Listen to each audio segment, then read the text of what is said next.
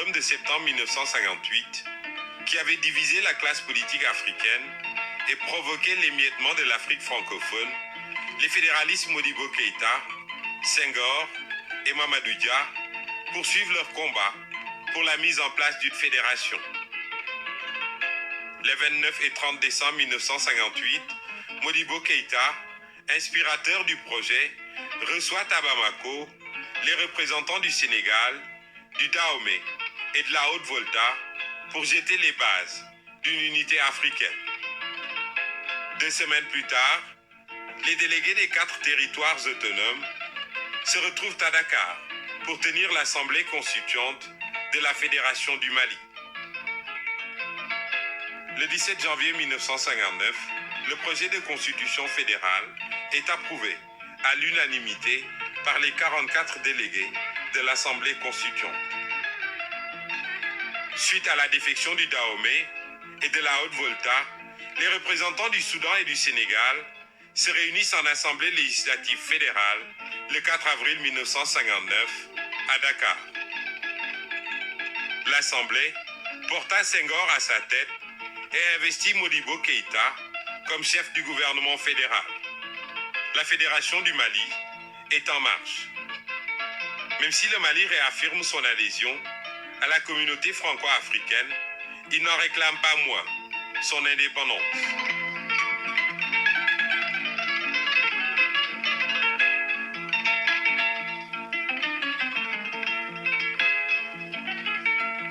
Lors du conseil exécutif de la communauté à Saint-Louis, en décembre 1959, le Mali renouvelle cette demande.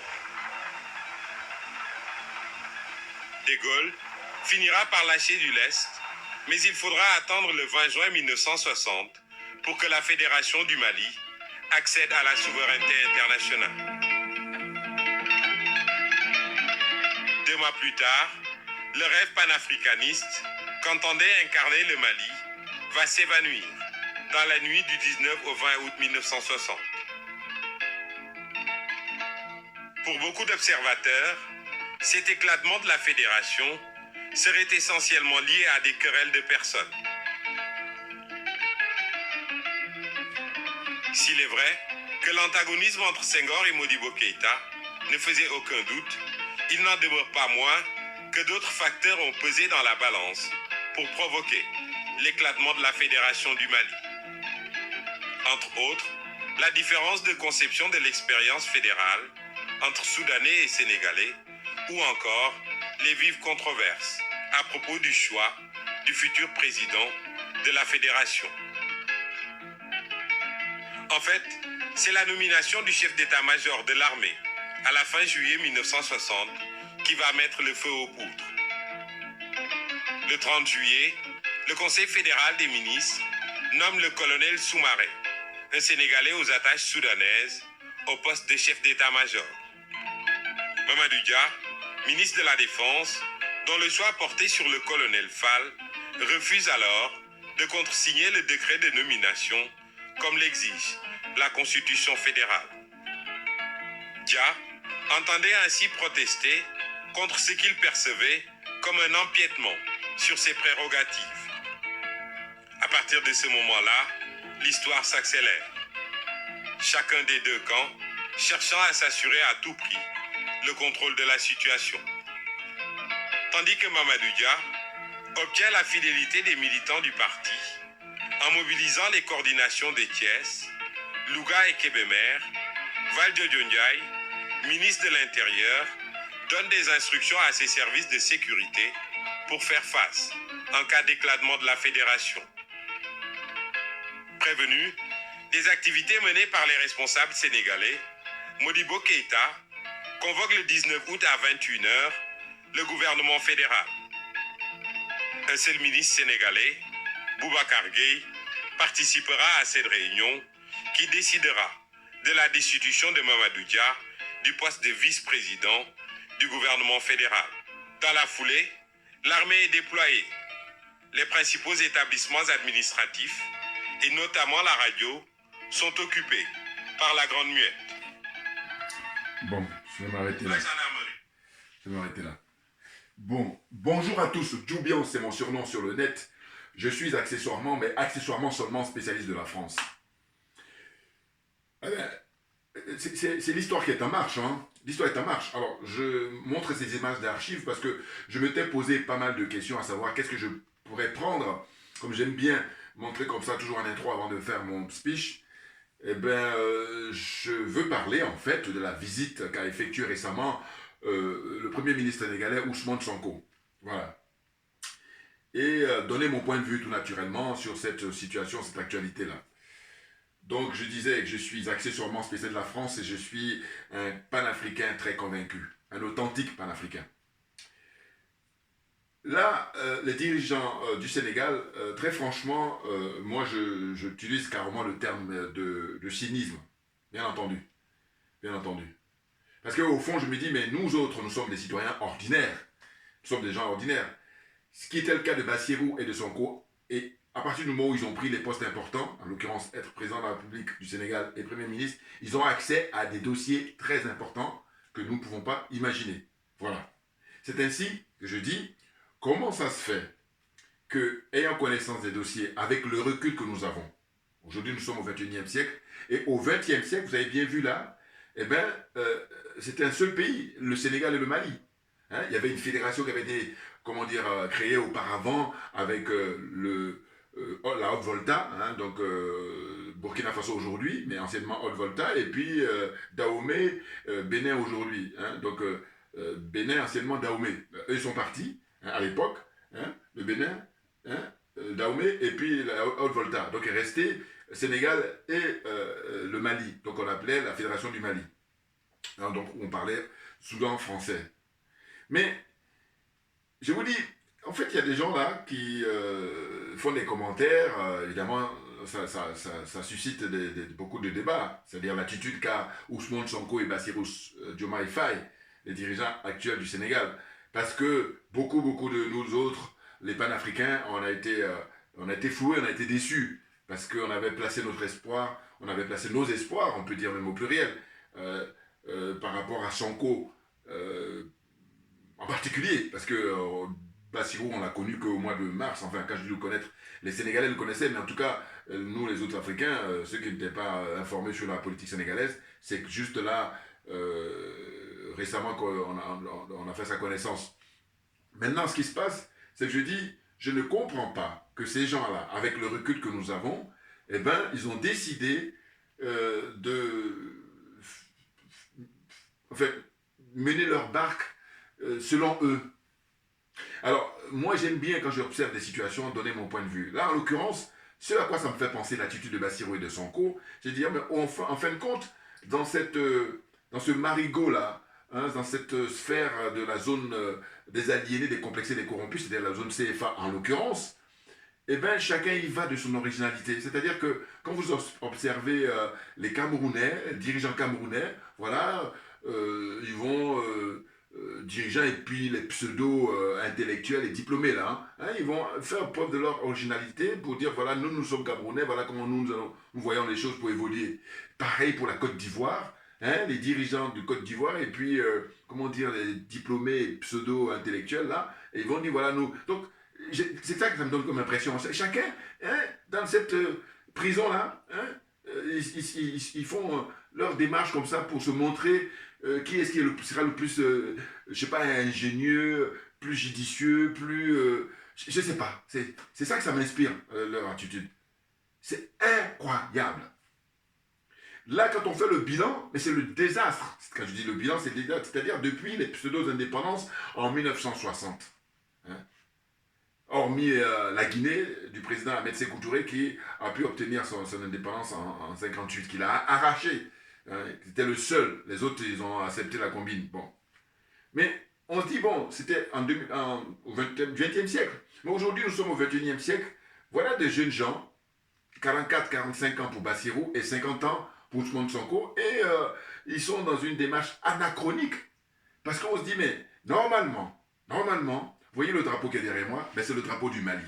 Et ce drapeau-là, je l'ai mis depuis maintenant je sais pas, ça fait peut-être 2 ans, ou plus de 2 ans. Enfin, en tout cas, je l'ai mis pour rendre hommage justement au colonel Assimi Goïta et tous les colonels qui ont pris le pouvoir au Mali. Voilà, c'est pour leur rendre hommage. Parce que je dis que eux, ils sont les avant-gardistes pour nous libérer. Hein. Nous qui sommes enchaînés, là. Hein. Les chaînes aujourd'hui sont évidemment dans la tête. Voyez-vous? Donc, le Mali d'abord, le Burkina Faso ensuite et le Niger, ces trois pays-là sont en avant-garde. Mais, vous voyez bien que les drapeaux sont les mêmes, hein, le drapeau du Sénégal et puis le drapeau du Mali, ou le drapeau du Mali et du Sénégal. La seule différence, c'est que le Sénégal, vous allez observer qu'il y a juste une étoile au milieu. Vous voyez? Une étoile.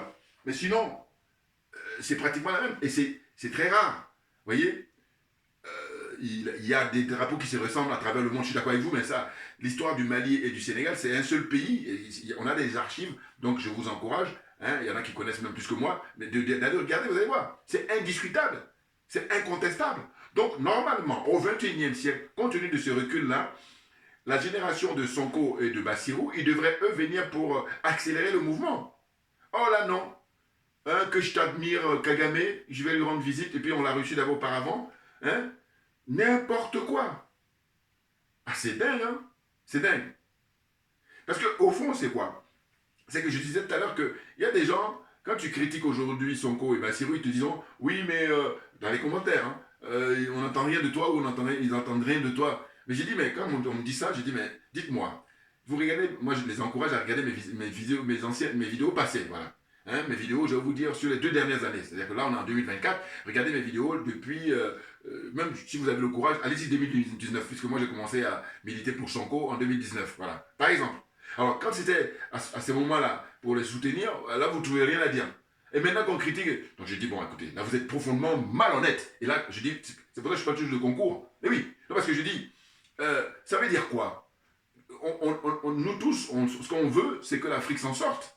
Donc, s'il y a des frères, là, qui, quand ils n'ont pas pris le pouvoir, ils sont dans l'opposition, ils font des bouquins, notamment Sonko a écrit des livres pour démontrer qu'est-ce qu'il entendait faire. Maintenant qu'il arrive au pouvoir, on constate qu'en peu de temps, il pose des actes qui sont contraires, hein, comment dire ça, à l'épanouissement du peuple africain, à la libération du peuple africain. Et donc, vous ne voulez pas qu'on le dénonce. N'importe quoi. Hein? C'est incroyable. Il y a 2 choses très très fortes comme mesures à prendre. 1. Fermeture des bases militaires. Normalement, il ne devrait plus y avoir au Sénégal un seul militaire ou soldat français. Aucun. Pas de conseiller, tout ce que vous voulez. Ils doivent être rapatriés. Et pourquoi je dis que c'est une circonstance aggravante? C'est dans le sens où j'ai dit, à l'époque, quand le président, le capitaine Thomas Isidore Noël Sankara était au pouvoir dans les années 80, il était tout seul.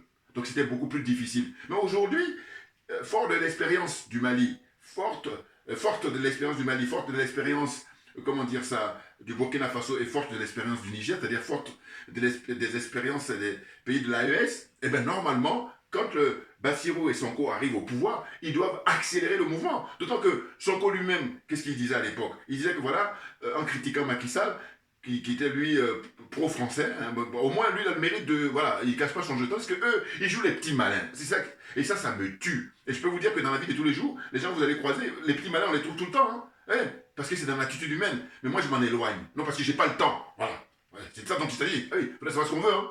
Moi, j'ai pas le temps. J'ai dit, soit j'ai pas compris, dans ce cas-là, ça traîne. Mais une fois que j'ai compris, alors on y va en accéléré parce qu'il y a tellement de choses, il y a tellement de dossiers à traiter. C'est ça que je me dis. Voyez-vous?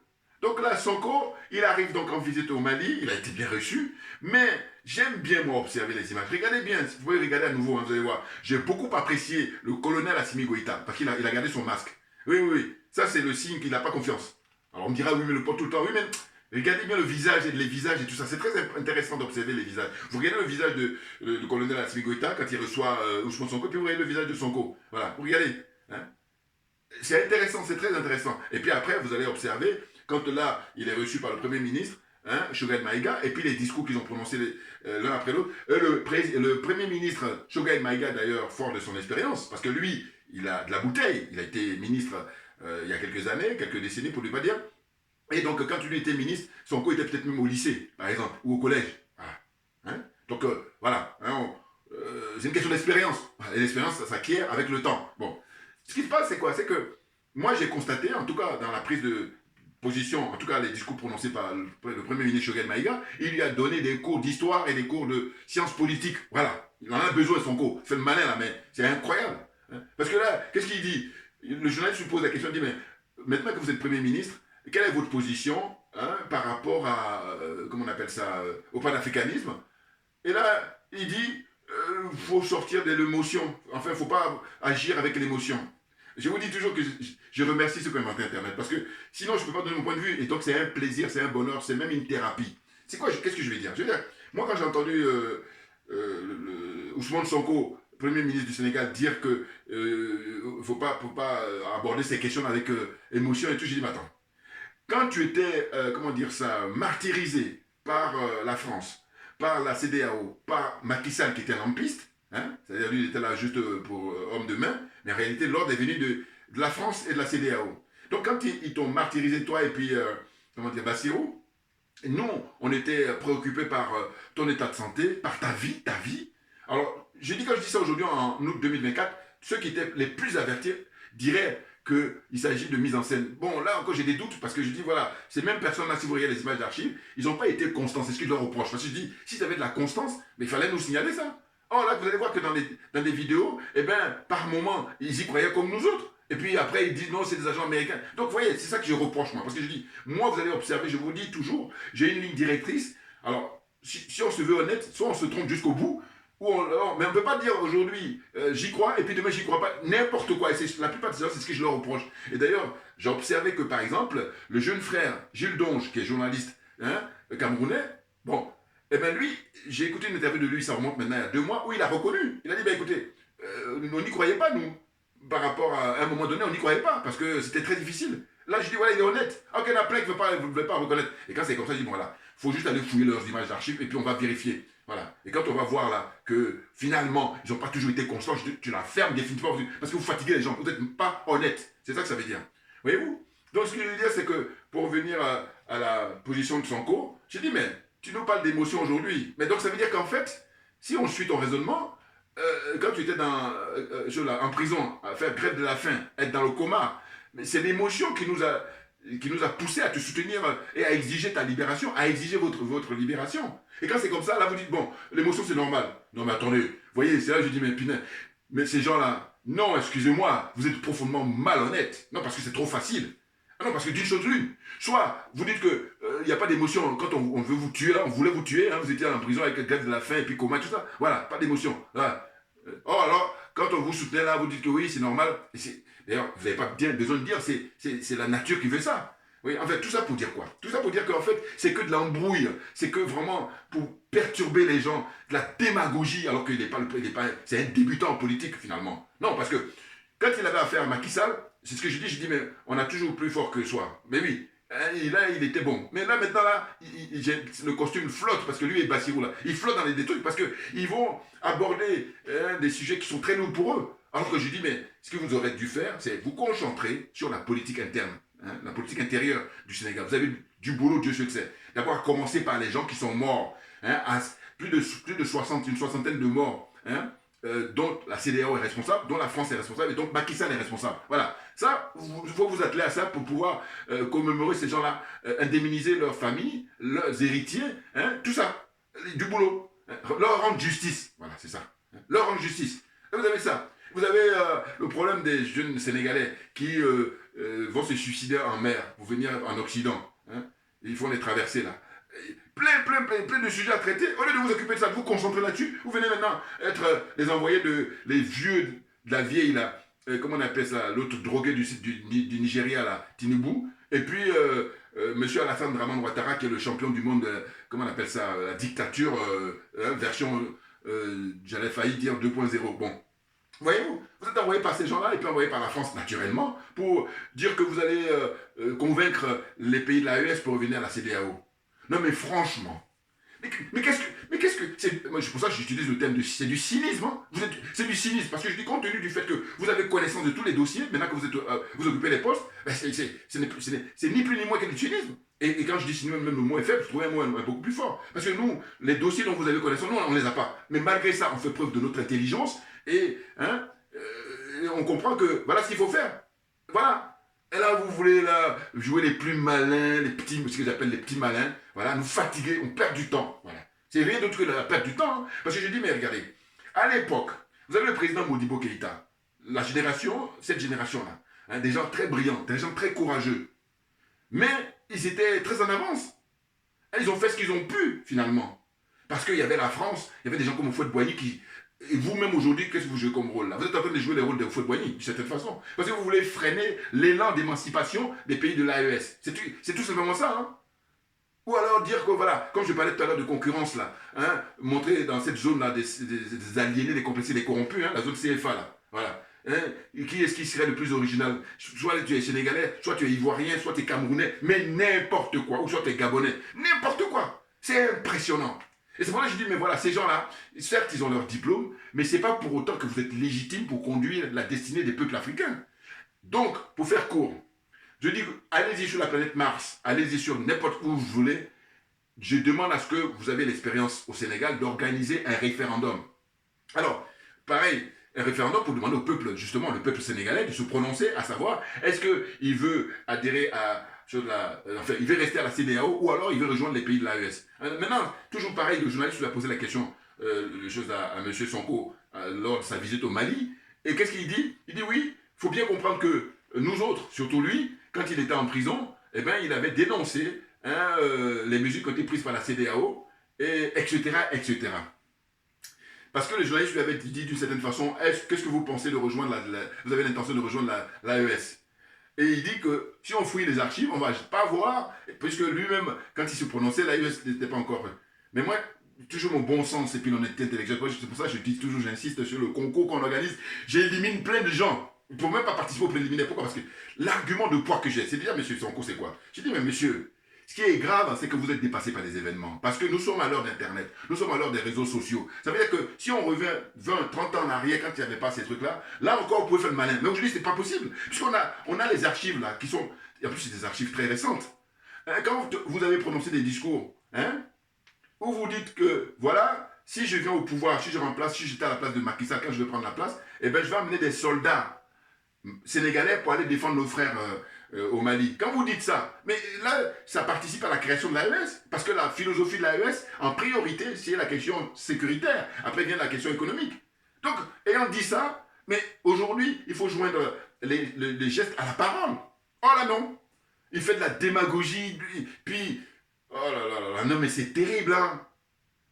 Et du coup, c'est quoi le problème? Le problème, c'est que je dis, je pense que le peuple sénégalais, le moment viendra où ils vont vous décharger. Parce que j'ai constaté quoi? J'ai constaté une espèce de Sonkomania. Oui. Sonkomania. Et donc, j'ai vu aussi des interventions de quelqu'un, je sais pas si c'est un Sénégalais, qui disait que oui, voilà, Guy Marius Sagna, il doit son siège de député à Ousmane Sonko. Et puis, il a cité aussi d'autres personnalités qui ont bénéficié de leur mandat grâce à... Mais excusez-moi, c'est le peuple qui est dépositaire de ces mandats-là. C'est grâce au peuple que ce genre des mandats, que ce soit Sonko lui-même d'abord en premier, et ensuite Bassirou ou Guy Marius Sagna. Très clairement. Et puis donc, il faut arrêter de penser que c'est Sonko qui... Non, c'est le peuple. Vous voyez?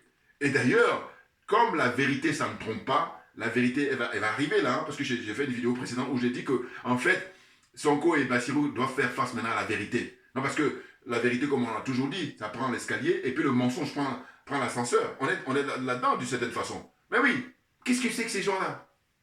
Donc, tout ça pour dire qu'il faut arrêter Parce que c'est vrai que Guy Marius Sagna, moi je ne crois pas qu'ils soient dans leur complot. Voilà, ces deux-là. Bassirou et compagnie, là. Bassirou et puis Sonko, eux, ils sont dans un complot. Et puis, ils ne vont pas nous faire le coup de « Oui, mais...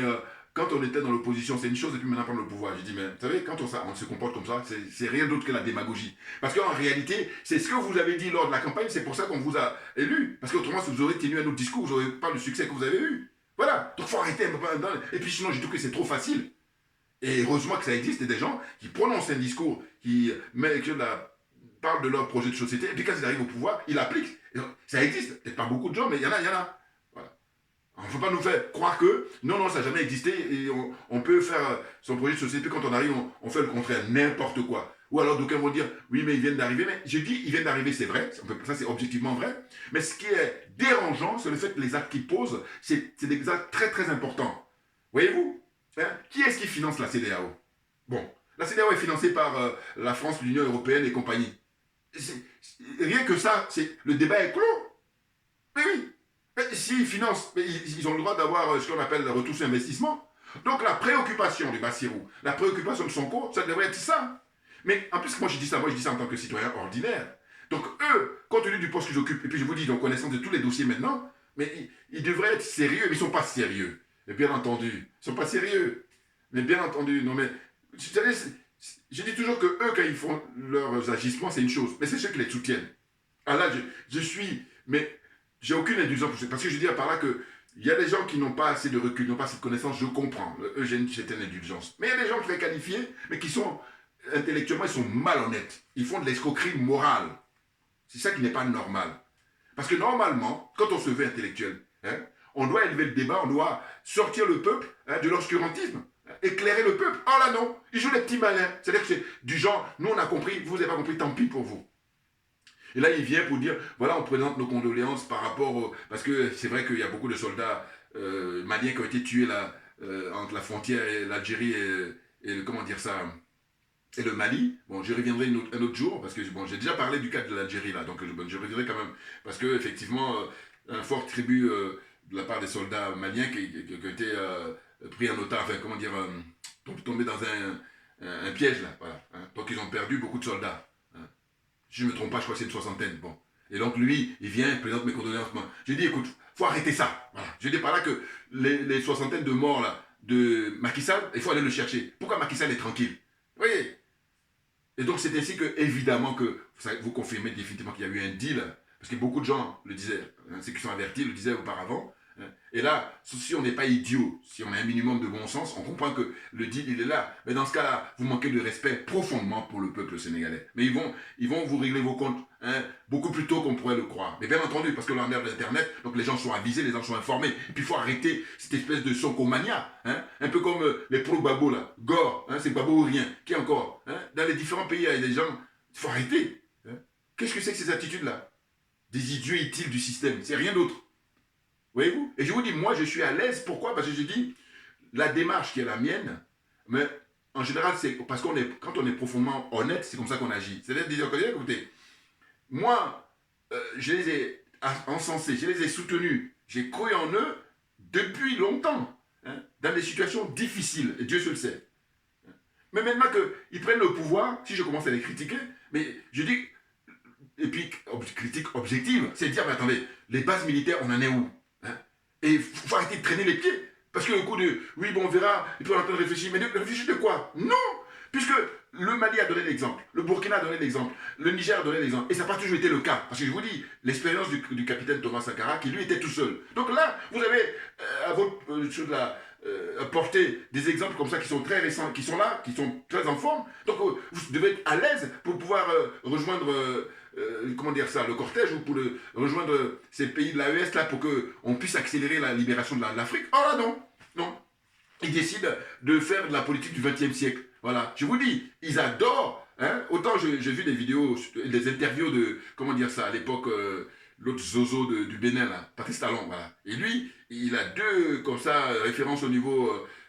qu'il aime bien les gens qui font la politique, il aime bien Alassane Ouattara, et puis il aime beaucoup aussi le président de Kagame là, voilà, parce que je me rappelle, et donc j'avais bien compris lui son jeu.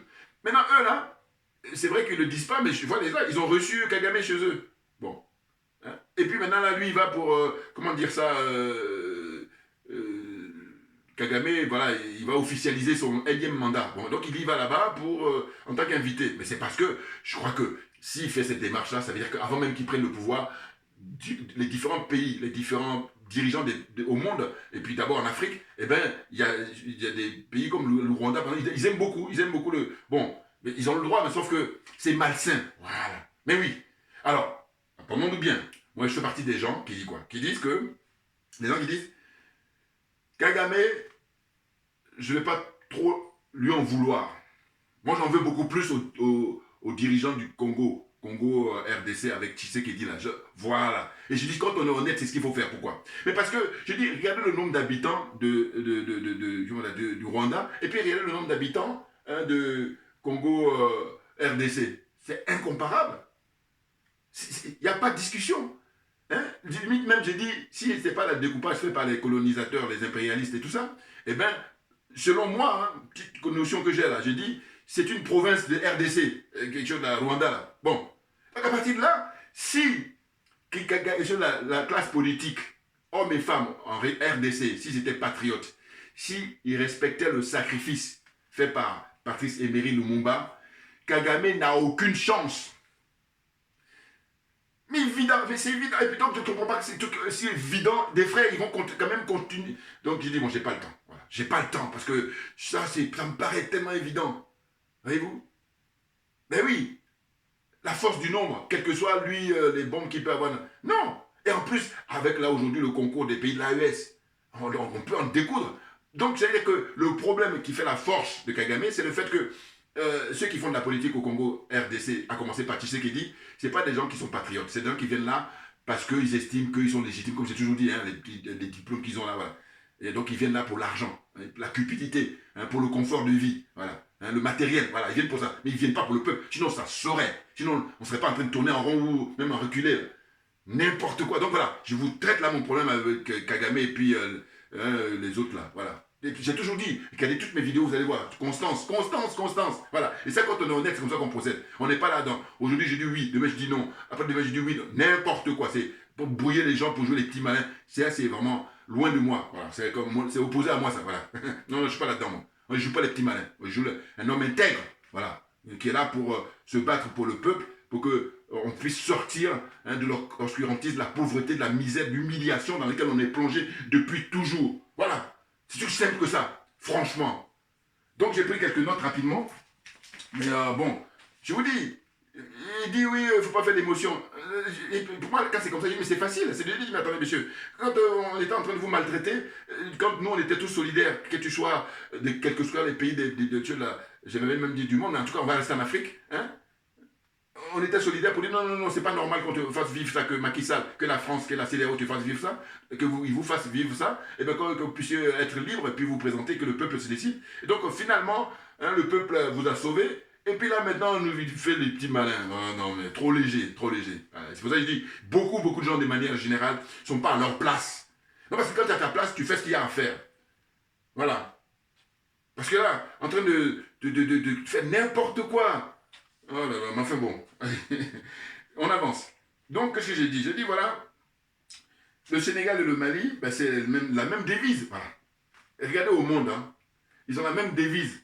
Hein. C'est quoi? C'est un peuple, un but et une foi. Le Mali et puis le Sénégal, c'est la même devise. Au monde, moi, je ne connais pas d'autres pays qui ont ça. Hein, enfin, tu connais les mêmes devises comme ça, deux pays. J'ai comme alors, ma connaissance, hein, dites-moi dans les commentaires s'il y a d'autres pays qui ont cette expérience-là ou cet exemple-là. Voilà, premier point. Deuxième point, précédemment, je vous avais parlé du drapeau. En disant, ils ont le même drapeau. La seule différence, c'est que le Sénégal, pour distinguer, voilà, pour qu'il y ait une petite différence, eh bien, ils ont mis l'étoile au milieu. Voilà. C'est ça qui fait la différence. Mais autrement, c'est les mêmes couleurs, là. Voilà. Hein? Vert, jaune, rouge. Voyez-vous? Donc, alors, qu'est-ce qu'il y a? Donc, le même drapeau, comme j'ai dit. Voyez-vous? Et le cas de Sonko, c'est vraiment, c'est dingue, hein, ce garçon. Bon, je vais vous dire, parce que là, avant même de sa visite qu'il effectue au Mali, hein, eh bien, il était question de la commémoration, je crois, pour les 80 ans hein, des tirailleurs sénégalais, le camp de tirailleurs en l'occurrence. Voilà. Eh bien, je crois que l'État sénégalais a prévu d'organiser une grande manifestation pour leur rendre hommage, tout naturellement. Et c'est ainsi que les dirigeants français, eux, récemment, là, qu'est-ce qu'ils ont fait? Ils ont dit, bon voilà, finalement, on va rendre hommage à 6.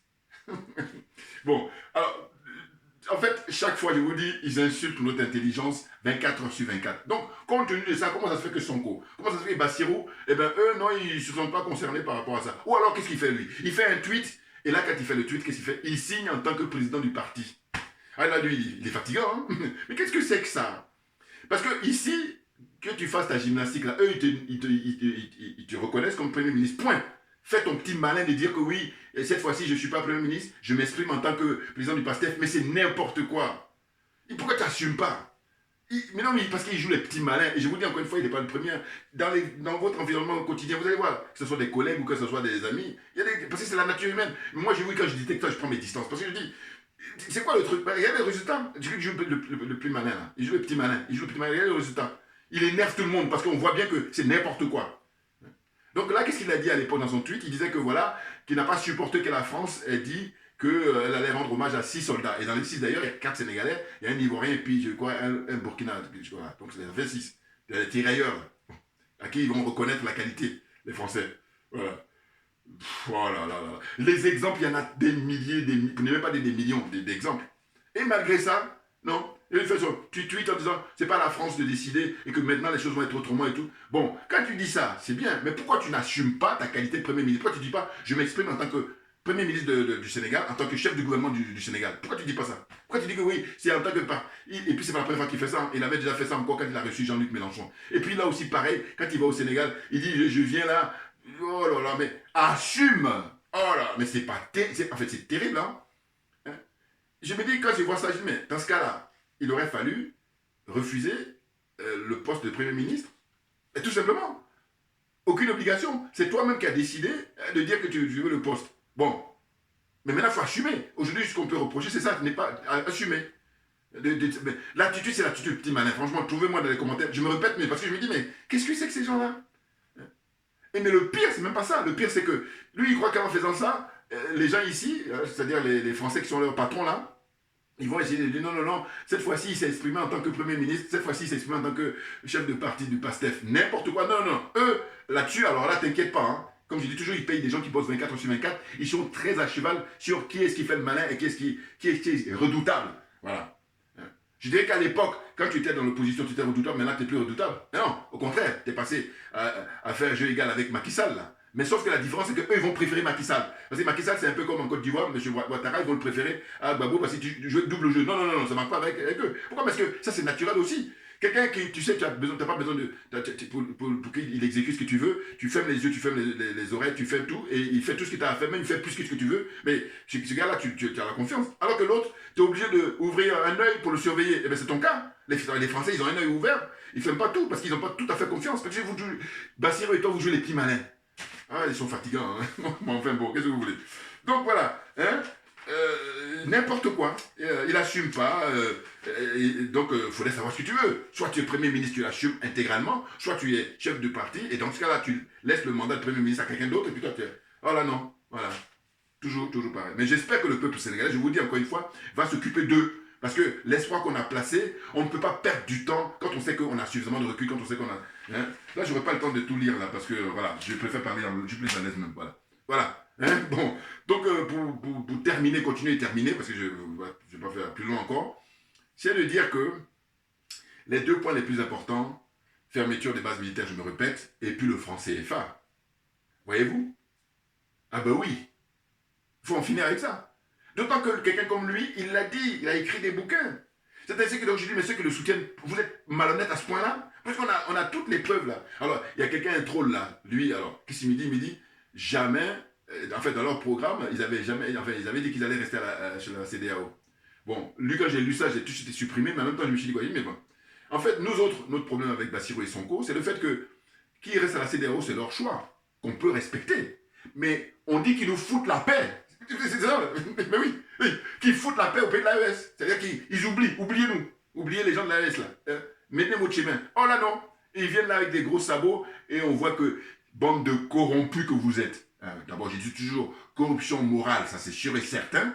Et puis, accessoirement, corruption matérielle. Ah oui, oui, oui. Vous regardez, quand je vous observe, vous, corruption morale, alors là, on y est en plein. Malgré vos diplômes, vous êtes comment dire ça? Aliéné. Ah oui, c'est l'aliénation. Hein? Vous êtes complexé à mort. Ah oui. Non, parce que je vous dis, j'ai failli vomir quand j'ai vu les images. Il tenait Jean-Luc Mélenchon, là, Sonko, là. Hein? Je dis, mais qu'est-ce que c'est que ça? L'autre, il vient parler des LGBT. Non, mais de quoi? Vis ta vie ici avec ça, et puis oublie-nous. Et d'ailleurs, pour terminer, bouillard, on est trop bon. Bassirou, lui, quand il vient en visite ici, justement pour répondre à Jean-Luc Mélenchon, j'ai dit, mais au lieu de venir à tour de rôle avec tes épouses, mais viens avec les deux, puisqu'on sait que tu es polygame. Viens avec les deux, pourquoi? Parce qu'au XXIe siècle, c'est nous, en tant qu'Africains, qui devons leur donner des leçons, ils en ont besoin, mais c'est tellement flagrant, parce qu'ils sont arrivés au bout de leur système. Voyez-vous? Donc il est question de leur donner des leçons comme des enfants, il faut les éduquer, ils ont besoin de ça. Moi, je ne rigole pas avec ça, hein. Je veux dire, je suis sérieux dans ce qu'il dit là. Mais bien entendu, simplement, il faut être fort moralement, il faut être... il faut avoir l'assurance de ce que tu dis, il faut être confiant. Hein.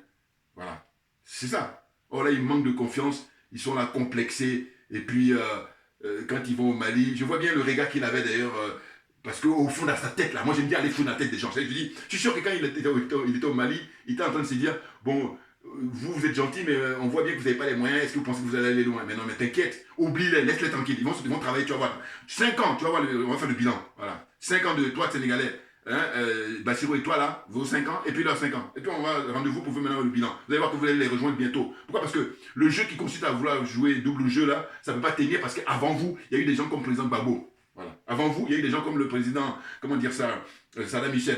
Et puis aussi le guide libyen. Voilà. Non, il faut rester droit, et puis et c'est à partir de là qu'ils te respectent, parce qu'ils savent que tu ne badines pas. Alors que là, voilà. Donc, bon, je vais m'arrêter là aujourd'hui, voilà, et puis de dire qu'on ne lâche rien, mais bien entendu, parce que c'est nous qui avons raison, c'est tout. Rien à ajouter. Fermez-la et puis prenez des notes. Merci bien, à bientôt.